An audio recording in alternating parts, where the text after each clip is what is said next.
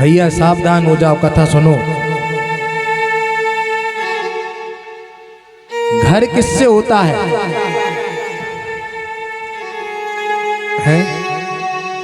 भगवान से। अच्छी बात है, आप सबसे लड़ाई थोड़ी ना करना है हमें। सुनिए मेरी मैया और सुनो भाई लोगों कि घर किससे होता है? घर घरवाली से होता है। घर घरवाली से होता है। घर में जो रहने वाली होती है, यदि वह लक्ष्मी स्वरूपा आ जाए, घर में रहने वाली देवता तुल्य आ जाए, देवी तुल्य आ जाए, तो वह घर को क्या बना देती है? मंदिर बना देती है। क्या बना देती है? घर को मंदिर। हम उस घर में रहते हैं जिसमें भगवान की सेवा होती है। हम उस घर में रहते हैं कि जहां पर सभी का सम्मान होता है। हम उस घर में रहते हैं जहां एक दूसरे को बोझ नहीं, जो एक दूसरे का भाव देखकर एक दूसरे से प्रेम किया जाता है। हम उस घर में रहते हैं। आइए, मैं बहुत मार्मिक विषय में जा रहा हूं। 15 मिनट शांति के दे देना, केवल 15 मिनट शांति से दे देना।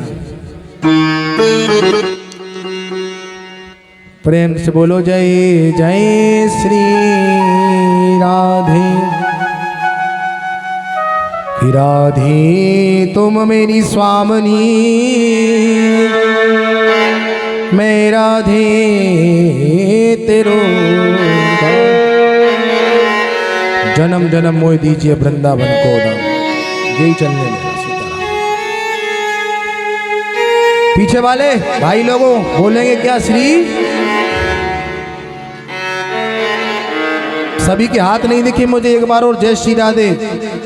सभी को भगवान से प्रेम है, सभी भगवान से मिलना चाहते हैं। 15 मिनट मांग रहा हूं, कोई किसी से बात मत करना। बात करोगे तो भगवान देख रहा है। बिल्कुल नैनों से नैन भगवान से मिला करके कथा को सुनना। कथा बहुत अच्छी लगेगी और समझ में आएगी। हम प्रतिदिन हाय हाय करते हैं, अपने स्वामी को परेशान करते हैं कि तुम हमारे लिए क्या करते हो। जिनके स्वामी जो निरंतर मेहनत पर मेहनत कर रहे हैं, उनकी पत्नियां उनसे कहती तुम हमारे लिए क्या करते हो? इनको इसको देखो, उसको देखो। जो नारी अपने पति में पति को ना देख पाए, जो नारी अपने पति में पति को ना देख पाए, वह नारी नहीं है। उसे तो एक फिर खिलौना समझा जाएगा। अक्सर ये कलयुग है और कलयुग में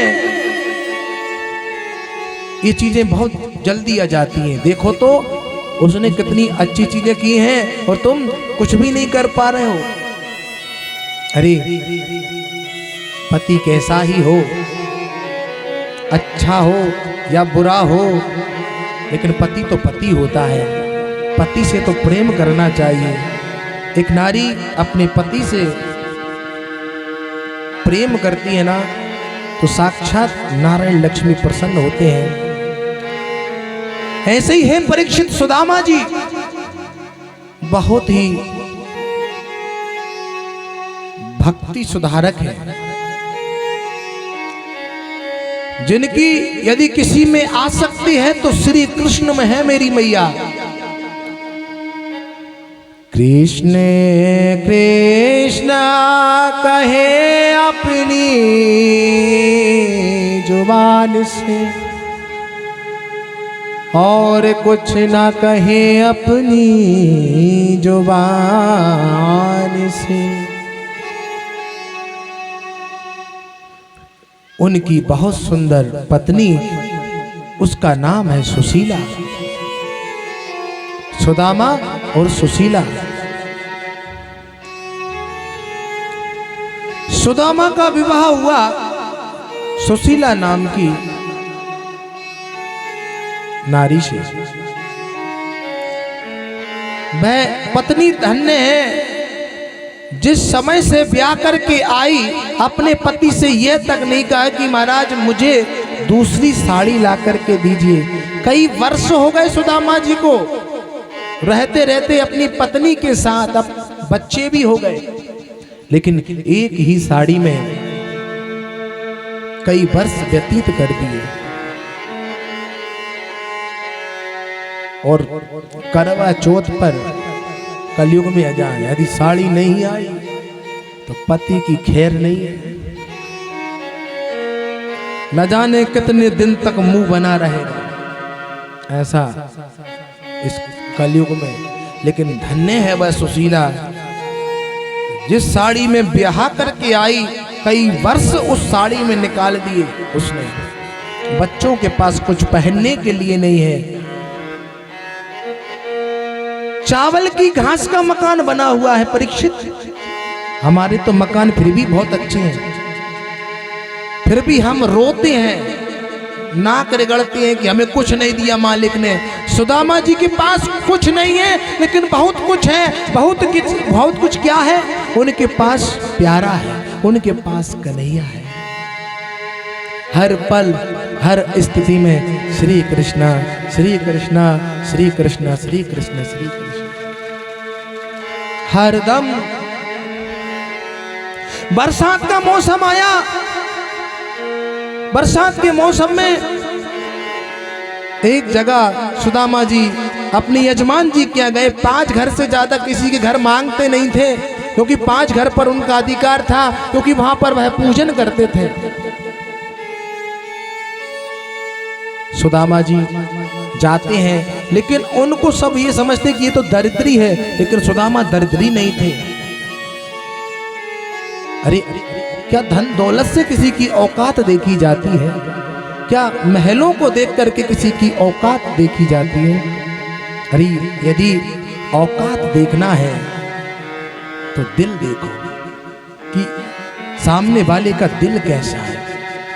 यदि दिल में यदि दिल है तो उसकी औकात सबसे ऊंची है।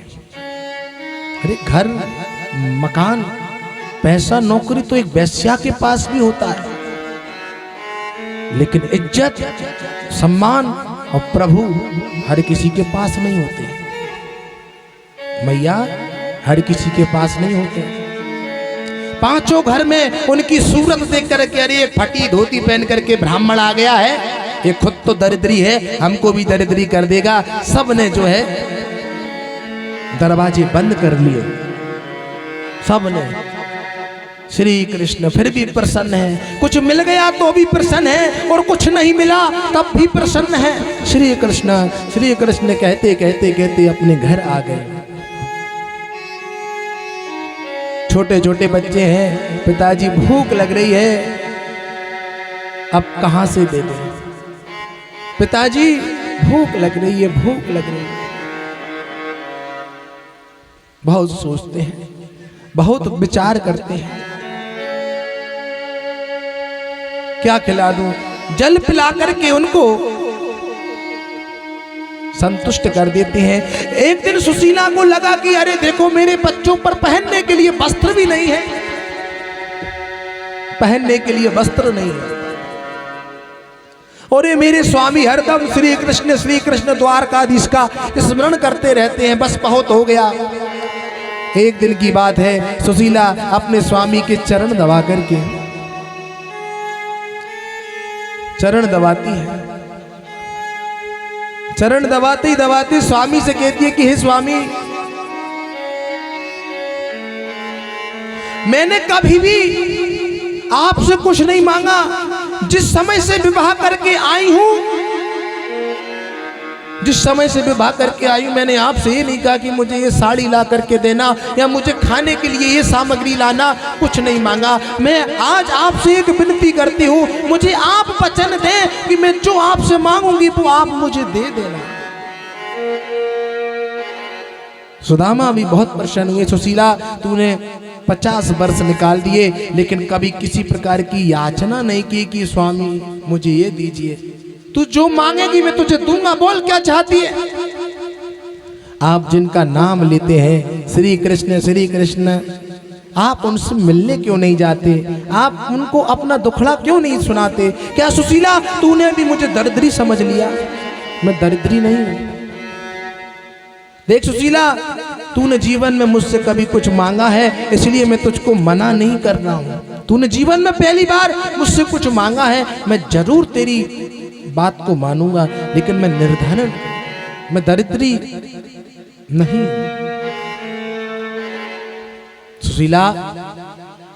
सुशीला बोल पड़ती है, स्वामी बस मैं तो इतना चाहती हूँ आप उनसे मिल आए। सुशीला मन में सोच रही है, अच्छा ऐसा होता है। बेचारे जो महाराज जी पंडित जी होते हैं वो तो सब समझते हैं, पंडितानी जो होती हैं तो वो ऐसा भी हो जाए वैसा भी हो जाए, ये व्यवस्था हो जाए वो व्यवस्था हो जाए, क्योंकि महाराज जियों को शास्त्र पढ़ पढ़ के उतना ज्ञान हो जाता है कि कहीं कुछ नहीं है, केवल जो कुछ है वो परमपिता परमेश्वर है और एक दिन सबका अंत है। मृत्यु इस जीवन का सबसे बड़ा सत्य है। सुशीला बोलती है, जाते हैं, लेकिन मित्र के घर जाओ, मंदिर में जाओ, भागवत कथा में जाओ तो कभी खाली हाथ नहीं जाना चाहिए, कभी खाली हाथ नहीं जाना चाहिए। ध्यान रखना। मैं आपको व्यास गादी पर बैठ करके कथा सुना रहा हूं। मैं भी कुछ ना कुछ समर्पित करता हूं, तब जाकर के व्यास गादी मेरा सम्मान करती है। ये माला यूं ही किसी को नहीं चढ़ाई जाती, या तो अगला पिछला कर्म होता है या फिर जिस प्रतिष्ठा पर बैठने वाला होता है वह उतना सरल होता है या वो गुप्त रूप से कुछ ना कुछ करता रहता है, तब ये माला लोग चढ़ाते हैं। तो बड़े सुशीला जाती है, पांचों घर से पहुंच जाती है। अरे दीदी दरवाजा खोलो, अब तो हमारे भी दिन बदल जाएंगे, अब तो हमारी भी किस्मत खुल जाएगी, क्योंकि मेरे स्वामी भगवान से मिलने जा रहे हैं, श्याम सुंदर से मिलने जा रहे हैं। कोई नहीं खोलता दरवाजा। दूसरे पर जाती है, तीसरे पर जाती है, 5वें नंबर वाली को दया आ जाती है। अरे कुछ भी हो, है तो ब्राह्मणी, उसके घर में कुछ खाने को नहीं है, यदि मैं दे दूंगी तो मेरा कम थोड़ी ना हो जाएगा। दया आती है। कुछ नहीं था उसके पास, ना झोलना था ना कोई वस्त्र था सुशीला के पास। उसने अपना पल्लू फाड़ा और इसमें दे दीजिए। चावल लेकर के आ जाती है और अपने पति से कहती है कि स्वामी मैं आपके सामने हाथ जोड़ती हूँ, जिनका आप नाम लेते हैं श्री कृष्ण, उनसे मेरी एक बात जरूर कह देना। क्या? उनसे कहना कि श्री कृष्ण से कि तेरी भाभी ने तेरे लिए कुछ कहा है। क्या कहा है? कि एक माह में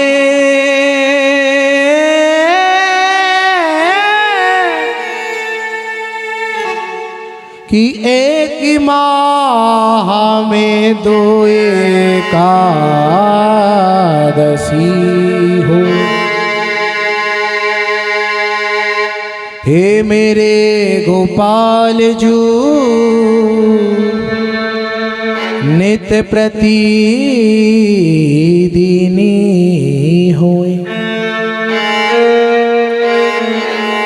भाभी का संदेश देवर के लिए बोलना कि 1 महीने में 2 एकादशी होती हैं। ऐसा मैंने क्या अपराध किया है कि हमारा परिवार प्रतिदिन एकादशी व्रत रखता है। अब तो दयालु दया करो। नंगे पैर फटी सी धोती है, कमर में चावल रख लेते हैं, लाठी है, श्री कृष्ण छोटा सा मुखड़ा है सुदामा जी का। आगे आगे तो जाते हैं, लेकिन जैसे ही उन्होंने देखा कि एक नदी उफान पर है। यही सोच के मैं जा रहा द्वारकापुरी, कि मिलूंगा द्वारकाधीश से, होगी मेरी मीत। लेकिन नदी देख करके मन दुखी हो गया। लेकिन जो भगवान के लिए एक कदम आगे बढ़ाता है मेरी मैया, तो 10 कदम भगवान स्वयं आगे बढ़ा देते हैं। न जाने किस रूप में आकर नारायण मिल जाते हैं, नौकाधार बन करके आए और पार लगा दिया, पहुंच गए द्वारकापुरी। बोलिए द्वारकाधीश भगवान की। द्वारकाधीश में पहुंच करके पूछते कि भाई ये द्वारकापुरी जाने का, द्वारकाधीश की नगरी में जाने का कहाँ है रास्ता, कहाँ से रास्ता जाता है? तो कुछ बच्चे बोलते हैं बाबा पागल तो नहीं हो गए, द्वारकाधीश पहुंच आकर के ही पूछ रहे हो कि ये द्वारका नगरी कहाँ है? यही द्वारका है। और आगे बढ़े, कुछ लोगों से पूछा कि भैया ये द्वारकाधीश में मेरा बचपन का मित्र रहता है, उसका नाम श्री कृष्ण है, सब उसे द्वारकाधीश कह करके पुकारते हैं। देखो सभी लोग कहने लगे अरे ये ब्राह्मण पागल तो नहीं हो गया, अरे कहाँ प्रधानमंत्री और एक कहाँ एक छोटा सा ब्राह्मण। अरे भगवान तो बड़े दयालु हैं, हो सकता है जो गलियों में घूम रहे हैं उन पर रीझ जाएं, जो गलियों में घूम रहे हैं उन पर रीझ जाएं, और जो महलों में सो रहे हैं उनसे रूठ जाएं। है? भगवान बड़े दयालु हैं। भगवान उसको मिलते हैं जो आपकी भांति कथा को सुनते हैं, जैसे आप लोग सुन रहे हो। कोई भी शब्द यहाँ का वहां नहीं होना चाहिए। कुछ क्षण और इसके बाद जो लोग आए सम्मान के लिए उनको बुलाते हैं।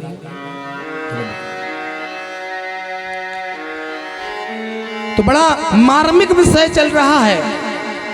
सभी से पूछा गया, हे ब्राह्मण तू पागल तो नहीं हो गया? तू पागल तो नहीं हो गया? नहीं भैया मैं सच कहता हूं, मेरी प्यारी सी भोली सी पत्नी ने, मेरी भोली सी पत्नी ने मुझको भेजा है। मेरी भोली सी पत्नी ने मुझको भेजा है कि जाओ द्वारकाधीश से मिलकर के आना। भैया मैं और कुछ उनसे नहीं चाहता हूं। तो कई लोगों को दया आ गई, उन्होंने बता दिया मार्ग। भटकते भटकते गिरते हुए संभलते हुए जैसे तैसे द्वारपाल तक पहुंचे। द्वारपालों ने कहा हे बाबा कहाँ जा रहा है? इसे क्या अपना घर समझता है? नहीं भैया ये आप लोगों का ही घर है, मेरे बचपन का मित्र है, उसका नाम श्री कृष्ण है, मैं उससे मिलने के लिए आया हूँ। द्वारपालों ने कहा भैया यहाँ पर ब्राह्मणों का बहुत सम्मान है, यहाँ पर गुरुओं का बहुत सम्मान है, जरूर तुम्हें कुछ चाहिए है, हम तुम्हें दे देते हैं। नहीं भैया मैं कुछ लेने के लिए ये नहीं आया हूँ, मैं तो बस उनसे मिलने के लिए आया हूँ। कुछ भी करके मुझे उनके दर्शन करा दो। अरे कुछ भी नहीं करा सकते तो मुझे खिड़की में से उनका दर्शन करा दो। मैं अपनी पत्नी भोली सी पत्नी से कह तो सकूंगा कि मैं द्वारकाधीश से मिलकर के आया हूँ। भैया तुम्हारे पैर पड़ता हूँ, एक ब्राह्मण होकर के पैर पड़ता हूँ, मुझे कैसे ही उनका दर्शन। मुझे कुछ नहीं चाहिए, छोटे से पोटली निकाल करके देखो ये चावल है, मेरी भोली सी पत्नी ने रख दी है, मैं उनके लिए लेकर के आया था। लेकिन जब उनका राजमहल देखा तो मैं ये सोच रहा हूँ मेरे छोटे से चावल छोटे ना पड़ जाए। द्वारपालों को दया आई, अरे यदि हमने इनको मना कर दिया ना, ये ब्राह्मण देव है और भगवान रुष्ट हो गए तो हमें बहुत बड़ी सजा देंगे। द्वारपाल जाता है, भगवान को प्रणाम करता है, द्वारकाधीश नरेश की जय हो। कई वर्षों में, कई समय में हमने कभी भी ऐसा दृश्य नहीं देखा कि एक ब्राह्मण आया और उसको कुछ नहीं चाहिए, वो प्रभु आपसे बस मिलने की आशा रखता है। हमने उससे कहा कि हम तुम्हें हीरे दे दें, सोना दे दें, उसने मना कर दिया। बस उसका एक ही प्रण था कि मुझे मेरे प्रभु से मिला दो, मुझे श्री कृष्ण से मिला दो। तो श्री कृष्ण कहते हैं कि उस ब्राह्मण का नाम क्या है? द्वारपाल ने कहा उनका नाम सुदामा है। क्या?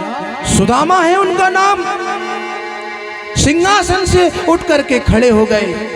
अरे जब द्वारकाधीश चलते थे तो गलेछा बिछाए जाते थे, जब द्वारकाधीश नगर भ्रमण के लिए निकलते थे तो छतरी लगाई जाती थी, जब द्वारकाधीश निकलते थे तो फूलों की बरसात होती थी। आज एक भक्त नंगे नंगे पांव भगवान से मिलने के लिए आया है तो आज भगवान स्वयं नंगे नंगे पैर दौड़ जाते हैं।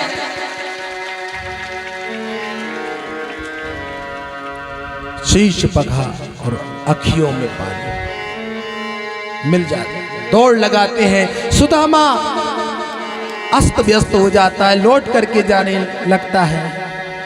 श्री कृष्ण हे सुदामा रुको, और गली मिल जाते हैं। बचपन की सारी बातें याद आ जाती हैं। भगवान वो प्रसंग भी याद दिला देते हैं कि एक दिन की बात याद करो कि बरसात का मौसम था, उस मौसम में तुमने चने खाई। सुदामा जी की आंखों में अश्रु आ जाते हैं। कई समय तक मिलते रहते हैं। एक मित्र से मित्र की भांति मिला। हम लोग सम्मान पा करके अभिमान ग्रसित हो जाते हैं। बड़ी प्रतिष्ठा पर बैठ करके क्या करने लगते हैं? हम किसी से बात करना पसंद नहीं करते कि हमें नीचे ना देखना पड़े। अरे सम्मान करो। मर्यादा पुरुषोत्तम श्री राम ने, श्री श्याम सुंदर ने भी यही बताया है, भाई मित्र से मित्रों की भांति मिलो, प्रेमियों से प्रेमियों की भांति मिलो। जाते हैं। आज तो पूरी रानी महारानी अचंभित हो जाती हैं। अरे आज ये क्या हो गया इनको? ये किस ब्राह्मण को लेकर के आए? कितना सूखा सा ब्राह्मण है। सिंहासन पर बिठा दिया भगवान ने। देखिए स्वयं ब्राह्मण का कितना सम्मान होता है। जो ब्राह्मणों का सम्मान करता है, जो ब्राह्मणों की पूजा करता है, जो ब्राह्मणों की सेवा करता है, वही सिंहासन पर बैठता है। श्री कृष्ण ने ब्राह्मण देव को सिंहासन पर बैठा दिया, खुद नीचे बैठ गए। रुक्मणी को आदेश दिया कि जाओ एक लोटा गंगा जल लाओ। लेकिन उन्होंने देखा कि मेरे मित्र के पैर में कांटे लग गए हैं, मेरे मित्र के पैरों में से खून निकल रहा है, तो अश्रुओं से धुला दिए। तो उनका अभिषेक किया, ब्राह्मण देव का पूजन किया, पीतांबर लगाया और बात करने लगे। भैया सुदामा, तुम्हारी शादी भी हो गई, मुझको तुमने बताया नहीं। हाँ हो गया। अरे मेरी भाभी ने मेरे लिए कुछ कहा तो होगा। क्या कहा? तो सुशीला की बात याद आ गई। क्या कहा? हाँ मित्र तेरे लिए संदेशा भेजा है।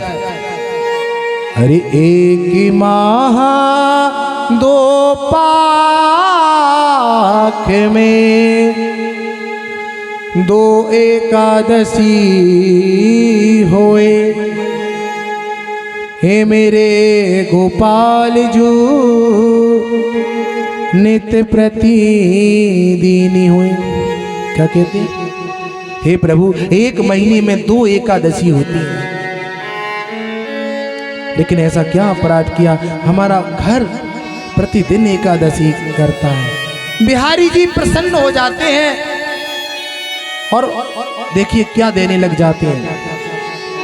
हरि होनी थी सो है गई, अब न ऐसी होए, और भाभी तेरे भवन में नित्य प्रति द्वादशी हो।